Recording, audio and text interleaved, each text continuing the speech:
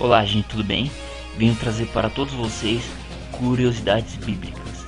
Teve uma pessoa que me falou que Jesus não sabia ler. Então, como ele desconhece esse texto? O Evangelho de João, capítulo 7, verso 15, diz assim: Então os judeus se admiraram, dizendo: Como sabe essas letras sem ter estudado? Ué, os próprios judeus se admiraram como Jesus sabia hebraico tão bem, entendeu? Aí está a prova. Se você que tinha dúvida que Jesus não sabia ler, aí está a prova. Jesus sabia ler sim. Inclusive o hebraico sabia muito bem, entendeu? E até os seus adversários se admiraram, certo? Vamos continuar nas nossas curiosidades bíblicas. Eu tenho visto o pessoal da internet falando assim: não precisa estudar mais com os evangélicos, que eles estão enrolando a gente, é só ir no Google Tradutor, aí eu sei o hebraico. Mas não é simplesmente assim. Se você não conhecer a história, você pode estudar hebraico, só que você vai ficar confuso, entendeu? Vamos entender a história, aí a gente vai compreender, entendeu? Vamos começar. Quando os profetas e escribas de Israel registraram as profecias bíblicas, eles escreveram em hebraico. Como você pode perceber, o povo judeu sempre venerou o hebraico como o idioma sagrado. Eles o têm conservado com devoção até o tempo presente, como a língua escolhida para uso no serviço da sinagoga, certo? Então, sem dúvida, podemos concluir que o povo nos dias de Jesus usava o hebraico nos serviços religiosos. Todavia, isso quer dizer necessariamente que eles falavam hebraico em casa?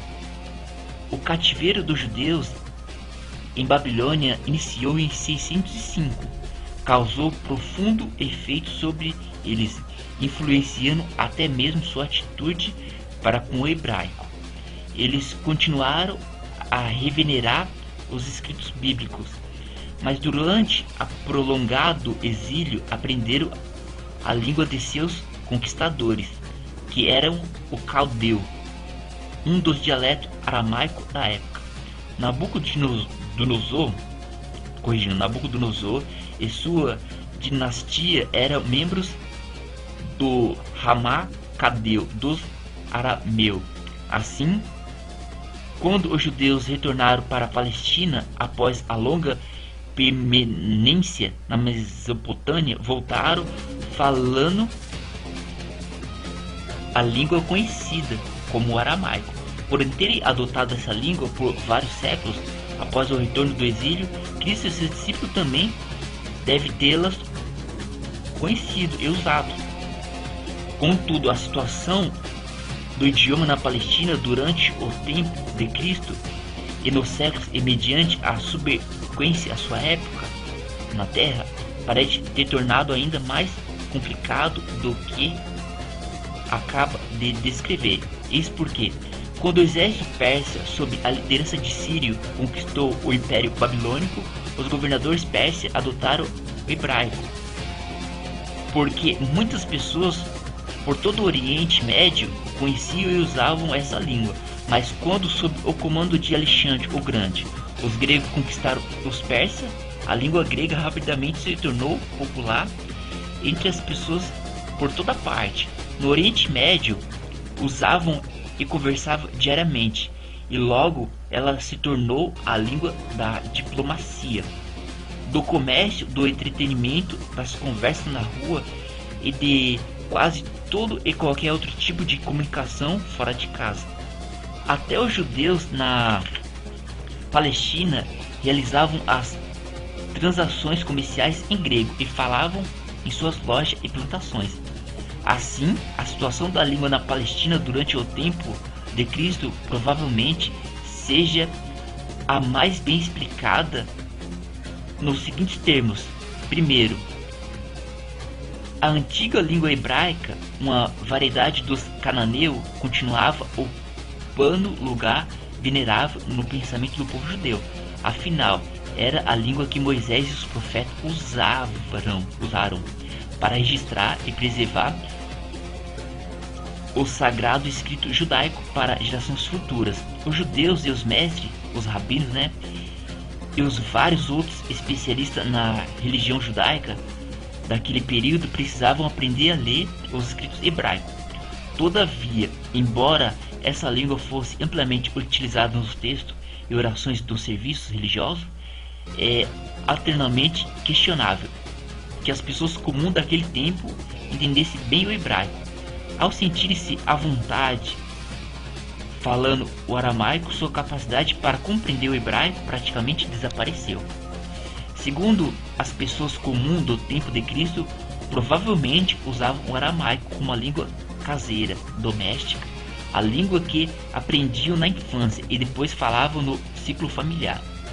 Era a língua adotada pelas crianças e mulheres de casa.